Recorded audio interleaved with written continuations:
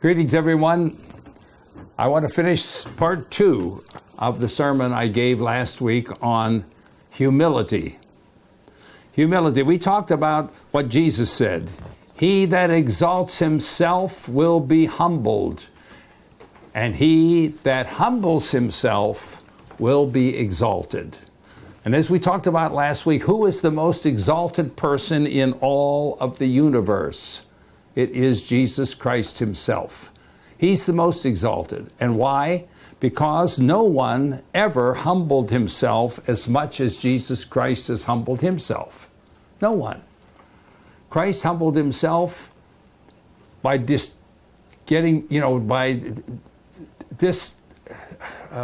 emptying himself of his great majesty. No one has ever humbled themselves to that degree. And no one probably ever can or ever will.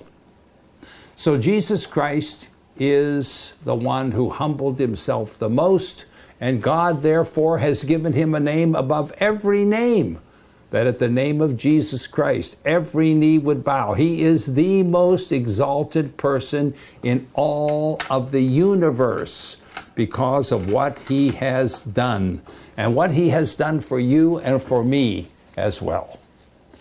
So we're talking about the statements. We talked about how Christ had shown us the humble circumstances that we have to allow people to be in. We talked about how the Greeks and the Greek ethics, Aristotle didn't, the Greeks did not value the issue of humility. They didn't value it.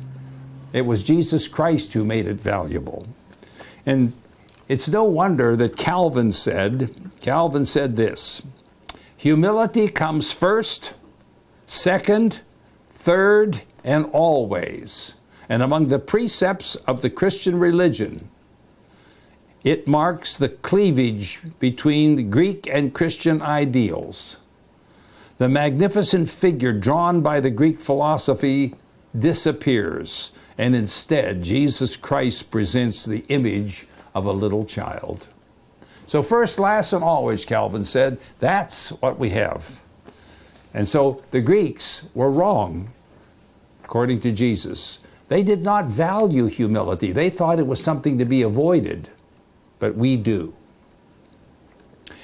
Humility is the conscious lowliness that we feel before God in view of his superabundant love.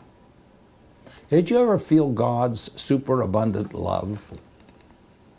And you and I, we know, don't we? We're not worthy of it. You and I know that we did not deserve God's wonderful love. You and I know that deep down within us. But God has given it to us. And he's given us his grace, and he's given us his mercy. And we don't deserve it. We know it. And so humility is that conscious lowliness that we feel when we come into God's presence, that we did not deserve his wonderful gifts, that we did not deserve all these things.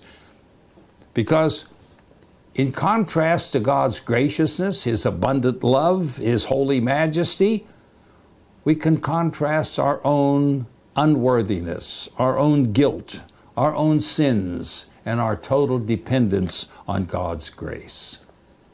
The Proverbs said pretty much what Jesus said in Proverbs 15, verse 33, and in 18, verse 12, we have these statements: before honor comes humility. And the other one in Proverbs 18:12 says, humility goes before honor. When Jesus was on the earth, he was trying to illustrate what humility was to his disciples. And in Matthew chapter 18, verse 2, he called a little child. I'm reading this from the New American Standard Version. He called a little child and had that child stand among them. Now here were his disciples. And he said to his disciples, I tell you the truth. Unless you change and become like little children, you will never enter the kingdom of heaven. Therefore, whoever humbles himself like this child is the greatest in the kingdom of heaven. Now, what that is saying, when you have a little child, you know what you call a little child? Little child is, is dependent on you. He's overawed with the powers of an adult, and he comes.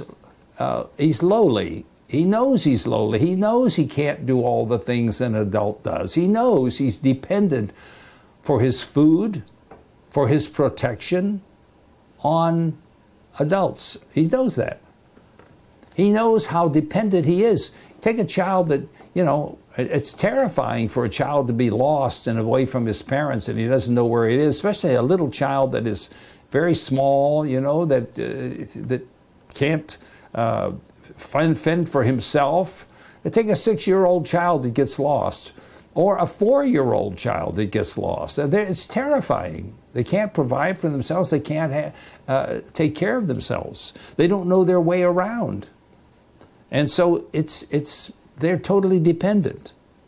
And Jesus says we've got to become like that little child. We cannot, therefore, exaggerate our own worth.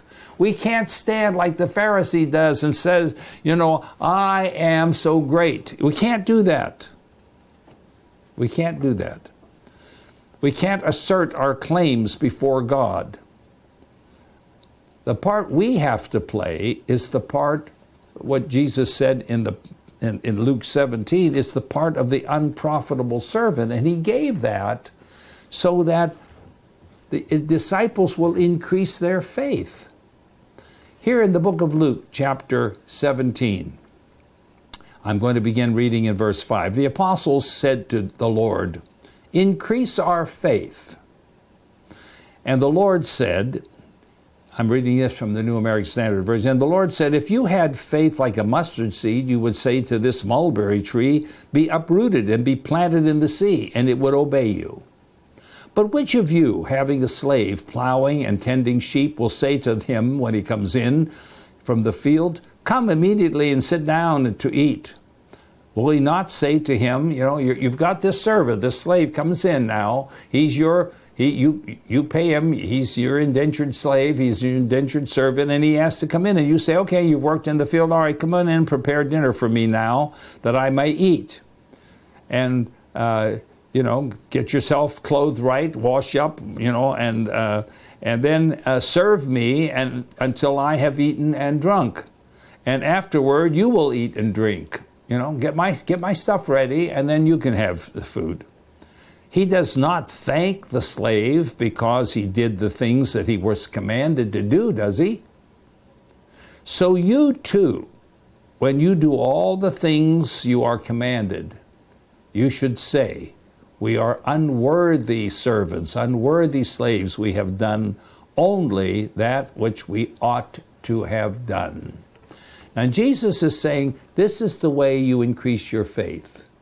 You increase your faith not by bragging about all that you've done, but by feeling that you are not yet worthy of all the things. You're not worthy. You haven't done the worthy thing. That's what he's telling us. In 1 Peter chapter 5, verse 5, Peter exhorts the younger men. He says, "Be subject to your elders, you younger men. And all of you," now this is the whole church, "all of you," he's saying, listen to this phrase, "clothe yourselves with humility." That is, just put it on. Just cover yourself with humility toward one another. For God, listen to this phrase, is opposed to the proud and gives grace to the humble. That's the same passage that was in James chapter 4 and verse 6, that God resists the proud, says the King James, but the New American Standard says he opposes the proud and gives grace to the humble. Like we read in Proverbs 3 and verse 34, though he scoffs at the scoffers, yet he gives grace to the afflicted. The wise will inherit honor, but fools display dishonor. So clothe yourselves, because he is opposed. That is, he sets himself up in opposition. You know, you see teams, if you have one volleyball team playing another volleyball team, they set up. And what do? They set up in opposition to each other. They set up to oppose each other. And that's what they do. And God sets up to oppose the proud, the people who exalt themselves, and he gives grace to the humble. In the book of Mark, chapter 9, we read this story about Jesus. And it says they came to Capernaum, and when he was in the house, he began to question the disciples, because they were talking about something on the way they came. And he says, well, what were you discussing on the way? But they kept silent, because on the way they had discussed with one another which of them was going to be the greatest. Now, I can't totally get mad at the disciples, because think about it this way. If you had been chosen by Jesus Christ, and now you have been with him, you have seen his miracles, you saw that he had multiplied fishes, multiplied loaves, you saw him walk on the water, you've seen him do a bunch of things, and so you're saying, and he's chosen us. We're his disciples, and we're pretty proud, we're pretty, and this is a very great honor to be the disciples of the Messiah himself, the Son of God.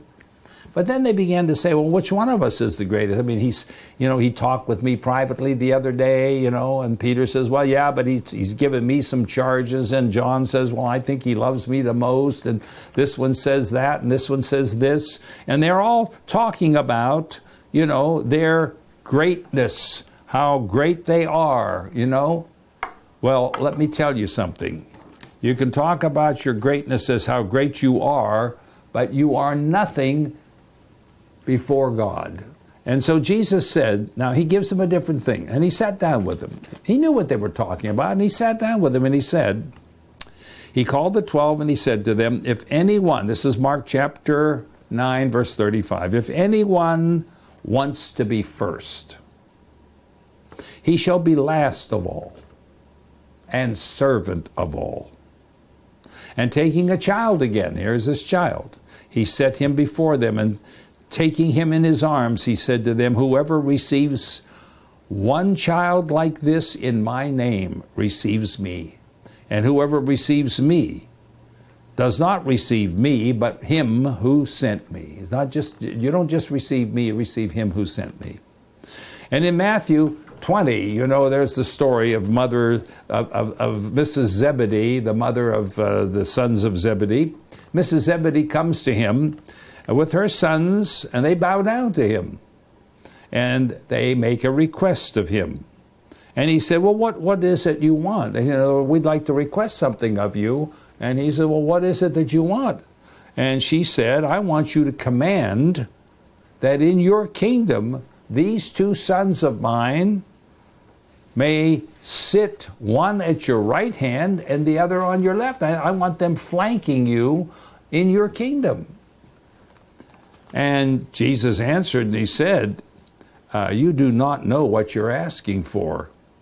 And then I guess he asked the sons, are you able to drink the cup that I'm about to drink? They said to him, we are able. We'll do it. And he said to them, my cup you shall drink, but to sit on my right and on my left, this is not mine to give, but it is for those for whom it has been prepared by my Father. So nobody knows yet who's going to be sitting on Jesus' right and on Jesus' left. And hearing this, now the others, the 10 others, the other disciples, became indignant with the two brothers. But Jesus called them to himself, and he said, you know that the rulers of the Gentiles lord it over them. Lord it. I mean, command them, do this, and they do that. The rulers of the Gentiles lord it over them, and their great men exercise authority over them. They don't only lord it, They exercise, they can make you pay taxes, they can make you go here, they can send you to war, they can do anything. The rulers of the Gentiles lord it over people. But Jesus came up with a completely different structure. He said in verse 6, "It is not so among you. But whoever wishes to become great among you shall be your servant. And whoever wishes to be the first among you shall be your slave. Just as the Son of Man did not come to be served, but to serve, and to give his life a ransom for many." There again, Jesus Christ emptied himself.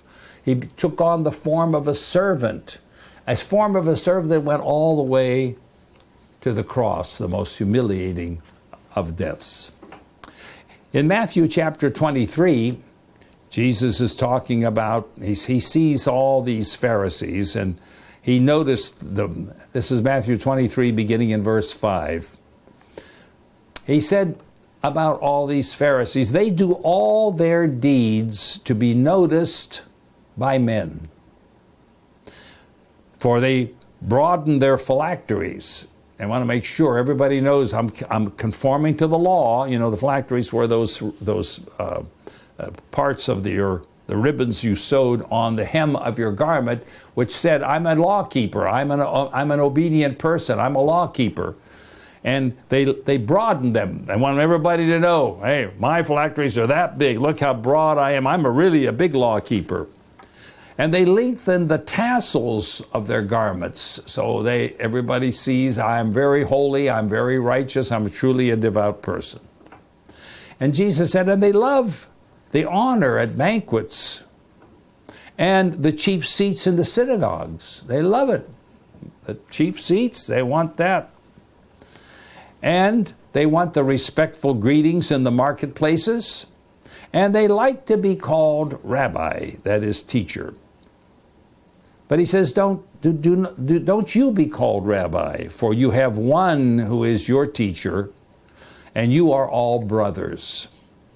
And you do not call anyone on earth your father, for you have one Father, who is in, and that's he who is in heaven.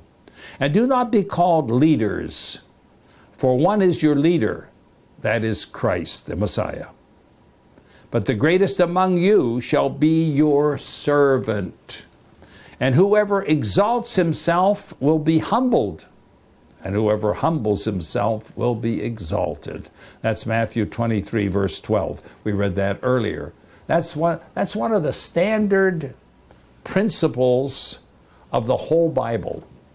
It works whether you want it to work or whether you don't want it to work. It works in all circumstances, under all occasions. It works. And for a while, people can exalt themselves. You know, politicians do. They exalt themselves. They think they're great. They always tell about how wonderful they are and all the things they do. And then, of course, they put everybody else down. That's the standard way. But the way to exaltation is the way Jesus Christ went. And look what a high office he has, a name above every name on earth, that at the name of Jesus, every knee will bow. You know, on the night of the Passover, they were going to take the Passover, and there became a dispute. You'll see this in the book of Luke, chapter 22, and there's no doubt about it that it's the night of the Passover. There arose also, this is Luke 22, beginning in verse 24, there arose also a dispute among them again as to which of them would be regarded, who's going to be regarded to be the greatest. Who's going to be the greatest? Everyone wants to know who's going to be the greatest. And he said to them, the kings of the Gentiles lord it over them. The same thing he said earlier in Matthew. And those who have authority are called benefactors. By the way, one of the greatest ways to get rich is to be the benefactor of poor people. You'll notice that in the world today. People have foundations, or they have something set up, or they are dictators like Hugo Chavez. Oh, he had a great plan to take care of the poor, and all he did was funnel the money into his own coffers. Yeah, benefactors, but not so with you. But let him who is the greatest among you become as the youngest, and the leader as the servant. For who is greater, the one who reclines at table, or the one who is served, or the one who serves? Is it not the one in our world? Who in this world would be considered the greatest? The person who reclines at the table being served, or the one who is serving? But I, Jesus says, am among you as one who serves. And you are those who stood by me. And he goes on, he said, I'm going to give you a kingdom. I will grant you that you may eat and drink at my table in my kingdom, and will sit on the thrones judging the 12 tribes of Israel. Now he says this to them. He's kind of rebuking them.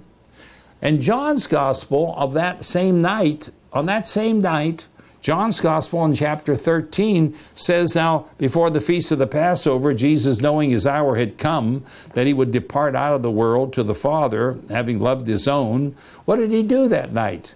What did Jesus do that night? Well, he got up from supper. You see, he got up. He didn't sit there. And what did he do? He poured water into a basin. He took his robe off. He wrapped a towel around his waist. He poured water into the basin. Now here they're all arguing, who's the greatest? Who's going to be the greatest in the kingdom? They all got dirty feet. They all came in sandals. They all have dirty feet. They are not clean. And so Jesus says, well, you know, now, you know, when you went to almost anyone's home, it was customary and proper for you, when you entered the home, for the servant of the household, and many people had servants, and when you walked in, the servant would pour a basin of water, and you could wash your feet in it, or the servant would wash your feet. Come on in, you know, and I know you've walked the dusty roads. They didn't have paved roads like we do today. They didn't have regular shoes and socks like we do today. They wore sandals. And when they wore the sandals, the dirt got in between your toes, the grit and the dust and so on, and sometimes covered your whole foot, sometimes covered you up to your ankle. And so when you were invited to someone's home, what was the right thing to do? The right thing to do was for them to wash your feet. They wanted to pour water into a basin. Here, let me wash your feet. Well, no one volunteered to wash anyone's feet except Jesus. Here's what he did. He rose up from supper. He laid aside his garments, and taking a towel, he girded himself about. Then he poured water in the basin and began to wash the disciples' feet. Now, they're all, you know, they were at the table. Who is the greatest? Which one is the greatest? Which one is the greatest? And all of a sudden, here comes Jesus, who truly was the greatest. And what is he doing? He's taking the form of a servant. He's bowing down. He's washing people's feet. You know, there's nothing greater than that. He's bowing down, he's washing their feet. That must have been so humiliating. It must have been, especially, he had already told them, the kings of the Gentiles lord it over them, but it's not going to be that way among you. The one among you should be your servant, but nobody got up and did it except Jesus. Now he says, he poured water in a basin, began to wash the disciples' feet, and to wipe them with the towel with which he was girded. He came to Simon Peter, and he said to him, Lord, are you going to wash my feet? Jesus answered and said, what I do, you do not realize now, you'll understand hereafter. And of course, Peter said, you'll never wash my feet. Never. I'm never going to let you. And Jesus said, if I don't wash you, you have no part. That's a very important statement. You have no part with me. You have no part of my kingdom. You have no part of of what I'm about. You have no part of my process, my program, what I'm doing in the world. You have no part in it. And Peter says, okay, then wash my hands and my feet and my head and everything. And he said, no, you don't need, you're all clean except for of course he implied Judas, but you need your feet washed. That's all. I'm trying to wash your feet for you, like a servant would, like everyone who is a servant would do. And they didn't realize that that's what he was doing. And he said, what I've done to you, I want you to do. I want you to do it to each other. And of course, we have adopted that as a ritual on the night in which we take the Lord's Supper, the bread and the wine. We humble ourselves. We wash the feet and pretend that we are washing the disciples. We are washing a disciple's feet. We are pretending we are washing even Jesus' feet because Jesus is in every one of us. That's what we do. That's what a servant does. That is called humbling yourself. And remember, the word humble comes from that word that goes all the way, the English word comes back to earth. The Greek word, tapenos, means lowly. It means down low. You're brought down low. You know, we talk about being brought down to the earth. We said that last time. Yes, you're brought down low. And Jesus said, I'm among you as the one who serves. And so he did get up. And in Matthew chapter 20, this is what he said. Matthew 20 and verse 28. Just as the Son of Man did not come to be served. I want you to think of that. Jesus did not come to this earth to be served. Here is a being. In the beginning was the Word. The Word was with God. The Word was God. He was in the beginning with God. All things were made